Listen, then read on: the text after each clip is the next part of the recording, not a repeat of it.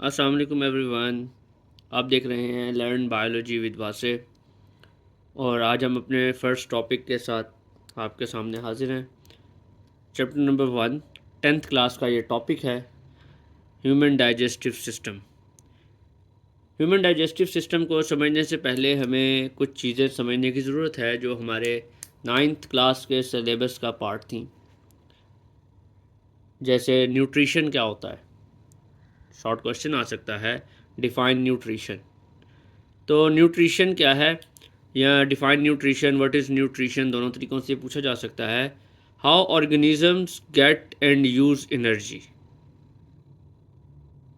It helps to grow, stay healthy and repair body. Basically nutrition हमारे पास energy को लेने और यूज़ करने के मेथड को कहते हैं। और फिर हम ये सारा कुछ क्यों कर रहे हैं, यानी कि एनर्जी क्यों ले रहे हैं और क्यों यूज़ कर रहे हैं, इसकी 3 रीज़न्स हमारी बुक में उसने एक्सप्लेन की हैं।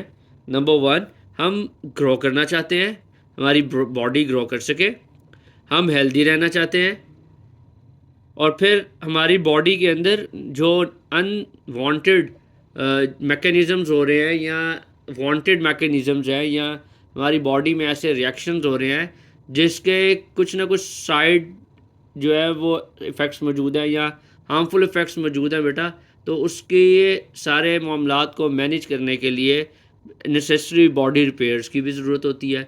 तो वो बॉडी रिपेयर्स जो हैं वो भी हम किसके थ्रू कर सकते हैं, न्यूट्रिशन के थ्रू कर सकते हैं। ठीक है। फिर उसने एक बॉक्स लिखा हुआ है बेटा। बॉक्स क्या है, बॉक्स में बेसिकली उसने हमें एक चैप्टर नंबर 3 9th क्लास का थोड़ा सा रिव्यू दिया है कि हमने, अगर आपको याद हो तो उसमें पढ़ा होगा ऑटोट्रॉफ और हेट्रोट्रॉफ।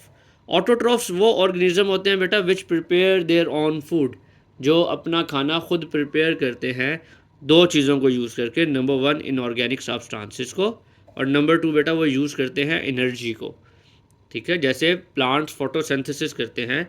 अब जो प्लांट्स फोटोसिंथेसिस करते हैं, अगर मैं इसकी एग्जांपल लिखूँ यहाँ पे कि हमारे पास इसकी एग्जांपल है प्लांट्स, तो प्लांट्स जो फोटोसिंथेसिस करते हैं वो प्लांट्स फोटोसिंथेसिस करने के लिए कार्बन डाइऑक्साइड तो इन्वायरमेंट से ले रहे हैं, वाटर सॉइल से ले रहे हैं, लेकिन वो सनलाइट को as an energy source use कर रहे हैं, तो उनको हम ऑटोट्रॉफ कंसिडर करते हैं। जबकि हेट्रोट्रॉफ क्या है बेटा, हेट्रोट्रॉफ ऐसे ऑर्गेनिजम्स को कहते हैं जो इन ऑटोट्रॉफ्स को या और हेट्रोट्रॉफ्स को यूज़ करते हैं अपने फूड एनर्जी को पूरा करने के लिए। फॉर एग्जांपल, इसके एग्जांपल में हम एनिमल्स लिख सकते हैं। ठीक है। अब एनिमल्स के अंदर हम खुद भी इसकी एग्जांपल्स हैं। ठीक है। ह्यूमन बींग्स, अब हम लोग अपना खाना खुद प्रिपेयर नहीं करते, हमें अपने खाने के लिए डिपेंड करना पड़ता है या तो वेजिटेबल्स के ऊपर, और वेजिटेबल्स आर फ्रॉम प्लांट्स, और फिर उसके बाद हमें दूसरे नंबर पर डिपेंड करना पड़ता है मीट के ऊपर, और वो मीट जो है वो चिकन से होगा या वो होगा बीफ, मटन होगा। ठीक है। तो या फ़िश होगी बेटा। तो वो all this 4 sources actually are other organisms. ठीक है। तो हमें बेटा ऑर्गेनिक मैटर के लिए क्या करना पड़ता है बेटा, डिपेंड करना पड़ता है किसी और ऑर्गेनिज्म के ऊपर। ठीक हो गया। तो बेटा ये तो था इसका इंट्रोडक्शन। सेकंड टॉपिक जो हमने आज देखना है इंट्रोडक्शन के बाद, वो क्या है, वो है जी मेन स्टेप्स ऑफ न्यूट्रिशन। क्या है मेन स्टेप्स ऑफ न्यूट्रिशन। अगर हम न्यूट्रिशन की बात कर रहे हैं और हम कह रहे हैं कि जी एक एनिमल जो है वो हेट्रोट्रॉफ मोड ऑफ न्यूट्रिशन रखता है। हेट्रोट्रॉफ मोड ऑफ न्यूट्रिशन का मतलब है कि उसने अपना फूड जो है वो लेना भी है और वो उस तरह से अवेलेबल नहीं होगा जिस तरह से उसकी बॉडी को चाहिए। तो बेटा वो इन 5 स्टेप्स को यूज़ करता है अपनी बॉडी में, उसे यूज़ एब्जॉर्ब करने के लिए, डाइजेस्ट करने के लिए, और फिर उसको ताकि वो अपनी बॉडी में यूज़ कर सके। ठीक है। तो सबसे पहला जो स्टेप होता है डैट इज़ इंजेशन। इंजेशन किसे कहते हैं बेटा, इंजेशन कहते हैं taking in food and drinks through mouth.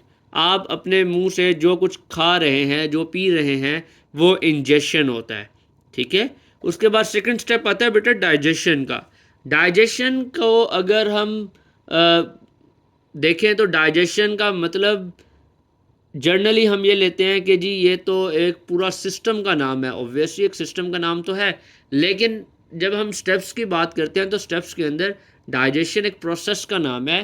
Process एक ऐसा प्रोसेस जिसके अंदर लार्ज मॉलिक्यूल जो हैं वो ब्रेक हो जाते हैं इनटू स्मॉल एब्जॉर्बेबल मॉलिक्यूल्स के अंदर या स्मॉल एब्जॉर्बेबल पार्ट्स के अंदर। क्या मतलब है? देखिए बेटा, ये एंड पे लिखा हुआ है कार्बोहाइड्रेट्स आपको पता है कि ग्लूकोज और शुगर से बनते हैं। प्रोटीन आपको पता है अमाइनो एसिड से बनती है। लिपिड्स आपको पता है ग्लाइसरॉल और फैटी एसिड से बनते हैं। अब ये तीन हमारे पॉलीमर्स हैं। ये तीन क्या है हमारे पास बेटा? पॉलीमर्स हैं। अगर हम इनको लिख लें कि ये पॉलीमर्स जो है ये अगर ब्रेक होंगे तो ब्रेक होने के बाद ये क्या बनाएंगे बेटा? मोनोमर्स में कन्वर्ट हो जाएंगे। तो ये इस प्रोसेस का नाम बेसिकली डाइजेशन है। इस प्रोसेस का नाम क्या है? डाइजेशन, जिसके अंदर ये कोई भी पॉलीमर जो है ये ब्रेक हो जाता है इनटू मोनोमर्स। ठीक है। अब अगर इसके आप इसको यूँ समझ लें कि एक कार्बोहाइड्रेट का मॉलिक्यूल है दैट इज़ स्टार्च। ठीक है। Starch is made up of different units of glucose. लेकिन जब आप स्टार्च को तोड़ेंगे तो वो तो सुक्रोज में कन्वर्ट होगा। मल्टीपल पॉलीसेक्राइड्स जब भी टूटेगा तो वो तो डाइसेक्राइड में कन्वर्ट होगा और डाइसेक्राइड इज़ अ सुक्रोज। फिर सुक्रोज के ऊपर दोबारा एंजाइम्स एक्ट करते हैं और बेटा उसको दोबारा तोड़ देते हैं किसके अंदर? ग्लूकोज के अंदर, जो कि बॉडी के यूजेबल प्रोडक्ट है। ठीक है। ये हो गया सेकंड स्टेप। अब थर्ड स्टेप जो है दैट इज़ एब्जॉर्प्शन। एब्जॉर्प्शन बेटा बेसिकली ये जो डाइजेस्टेड फूड था जिसको हमने मोनोमर्स के अंदर ब्रेक कर लिया, शुगर के अंदर, अमाइनो एसिड के अंदर, फैटी एसिड्स के अंदर, अब उसको एब्जॉर्ब किया जाएगा। एब्जॉर्ब करने का मतलब है कि स्मॉल इंटेस्टाइन उस सारे के सारे न्यूट्रिएंट्स को हमारी बॉडी के ब्लड और लिम्फ में भेज देगा। ठीक है। इस प्रोसेस को हम नाम देते हैं एब्जॉर्प्शन का। अब एब्जॉर्प्शन के बाद उसने होना यूजेज को हम नाम देते हैं असिमिलेशन का। Assimilation is basically a process जिसमें जो फूड एब्जॉर्ब हुआ था बेटा वो क्या हो जाएगा? सेल और टिश्यूज उसको यूज़ कर लेंगे एज अ न्यूट्रिएंट। उसने अब ग्रो करना है वो ग्रो करेगा, उसने डिवाइड करना है वो डिवाइड करेगा, उसने कोई रिपेयर करना है अपने आप को रिपेयर करेगा। जो भी उसके बेटा फंक्शंस होंगे वो उस फंक्शन के लिए इस न्यूट्रिएंट को एज अ सोर्स यूज़ करेगा टू गेट एनर्जी। और फिर लास्ट नंबर के ऊपर कोई भी अनवांटेड अनडाइजेस्टेड वेस्ट प्रोडक्ट है बेटा वो क्या हो जाएगी? सारी एलिमिनेट हो जाएगी, रिमूव हो जाएगी। उसको हम नाम देते हैं ईजेशन का। किसका नाम देते हैं? ईजेशन का। तो बेटा ingestion taking in food, digestion breakdown of food, absorption basically जो है वो है बेटा मूवमेंट ऑफ फूड या nutrients into blood. Assimilation is the usages of nutrients. Egestion बेटा is the removal of unwanted food या वेस्ट। ठीक है। अब हमारे पास नेक्स्ट जो टॉपिक है बेटा इंट्रोडक्शन के बाद वो है हमारे पास बेटा ह्यूमन डाइजेस्टिव सिस्टम। क्या है बेटा? Human digestive system. Human digestive system consist of alimentary canal. ठीक है। अब एलिमेंट्री कैनाल क्या है इस चीज़ को समझ लें। एलिमेंट्री कैनाल एक लॉन्ग ट्यूब है जो आपके माउथ से स्टार्ट होती है, यानी कि आपके फर्स्ट जो प्राइमरी ऑर्गन है डाइजेस्टिव सिस्टम का माउथ वहाँ से स्टार्ट होती है और लास्ट जब तक बॉडी से रिमूवल नहीं होगा वेस्ट तब तक आपकी एक जो ट्रैक चल रहा है, कैनाल चल रही है, उसको हम नाम देते हैं बेटा एलिमेंट्री कैनाल का। ठीक है। इस एलिमेंट्री कैनाल का दूसरा नाम होता है गैस्ट्रो इंटेस्टाइनल ट्रैक। क्या नाम होता है? Gastro intestinal tract. ये गैस्ट्रो इंटेस्टाइनल ट्रैक उसने वर्ड चूँकि आगे जाके यूज़ किया हुआ है तो आपको समझाना यहाँ पे इसलिए ज़रूरी था कि एलिमेंट्री कैनाल को ही गैस्ट्रो इंटेस्टाइनल ट्रैक कहते हैं कि फूड किस तरह से ब्रेक हो रहा है और फिर वो डाइजेस्ट होने के बाद एब्जॉर्ब हो रहा है और उसके बाद वो बॉडी में यूज़ हो रहा है, वेस्ट को रिमूव किया जा रहा है। तो बेटा इसको एलिमेंट्री कैनाल कहते हैं। इसकी लेंथ बेटा इसकी लेंथ 25 फीट है, डैट इज़ 7.6 मीटर्स लॉन्ग। तो बेटा ये एमसीक्यूज़ के पॉइंट ऑफ व्यू से इंपॉर्टेंट चीज़ है कि जी एलिमेंट्री कैनाल की कितनी लेंथ हो सकती है।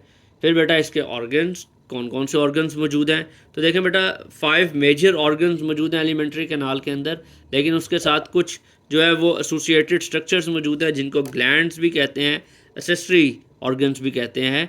ऑरल कैविटी माउथ को कहते हैं, माउथ की कैविटी को। एसोफेगस फूड पाइप को कहते हैं। स्टमक आप सब जानते हैं। स्मॉल इंटेस्टाइन और लार्ज इंटेस्टाइन। इसके अलावा बेटा 3 जो हैं वो मेजर एसेसरी ऑर्गन्स हैं जिनको हम ग्लैंड्स भी कहते हैं। स्लाइवरी ग्लैंड्स ओरल कैविटी में प्रोड्यूस होते हैं, एक्सक्रीशंस देते हैं अपनी काम करने के लिए। लिवर बेटा रोल प्ले करता है स्मॉल इंटेस्टाइन में बाइल दे के। इसके अलावा बेटा लिवर का रोल डाइजेशन के अलावा भी और भी है, चूँकि डाइजेस्टिव सिस्टम को हम जब लिवर को डाइजेस्टिव सिस्टम को जब हम पढ़ेंगे तो हम उसके अंदर एक लिवर की कंट्रीब्यूशन भी पढ़ेंगे, वो चैप्टर के एंड में दी हुई है। और उसके बाद फिर पेनक्रियास जो है बेटा ये पेनक्रियाटिक जूस रिलीज़ करता है जो हमारी डाइजेशन के अंदर हेल्प करता है। तो बेटा ये एक इंट्रोडक्शन था आज जो हमने ह्यूमन डाइजेस्टिव सिस्टम से लेना था।